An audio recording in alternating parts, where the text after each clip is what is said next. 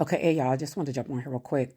One of the things that I think a lot of people is missing, and it's not even being talked about in the media right now, is that the Supreme Court, in a 6-3 decision, decided that the current administration's tariffs are unconstitutional. Okay, and it was three of the conservative justices sided with the other Democratic justices. Okay, and saying that absolutely not. Congress is supposed to decide on tariffs and some other things, but they didn't. That wasn't what was on it. It was just the tariffs.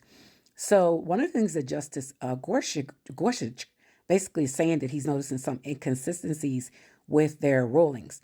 He's saying it's almost like it's based on what political party they belong to or put them in office, and that's how they make their rulings. And I'm like, duh.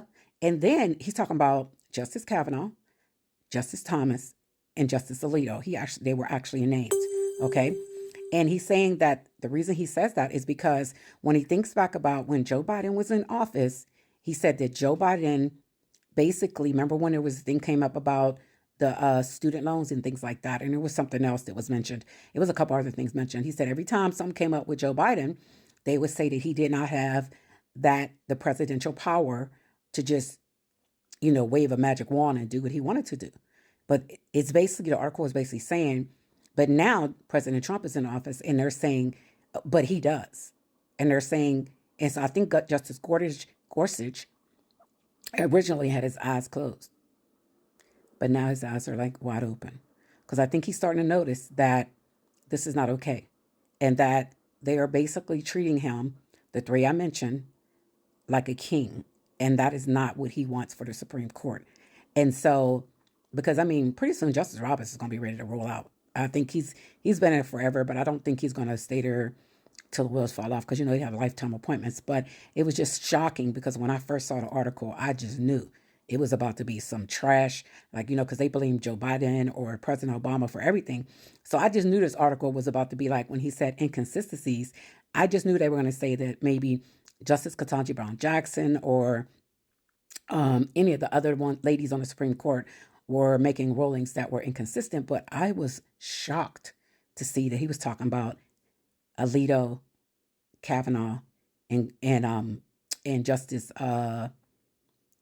Kavanaugh, Alito, and Thomas. Yeah, go tell that. Go check it out. It was in I think it's called The Politics. But you can just Google it and you'll read it. It is a good read. I was shocked. So, hey, maybe from this point on, he will start making equal decisions. Because that's all we can ask for is if you let one do it, then let the other one do it. But it should not be one set of rules for one party and another set of rules for another party. The rules should be the same across the board. That's the only way the Supreme Court can get its respect back, because right now their respect is in the tank. And that's because of inconsistent rulings. They make rulings based on the political party they're in.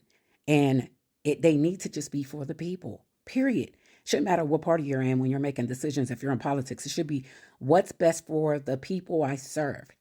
Yeah. I just hope that some politicians wake up and start realizing that too, that they are out here selling out their own constituents for personal gain. Yeah. Anyway, y'all have a great day. And yeah, we'll say allegedly at the end, but there's an article. Go look it up and go read it. Take care.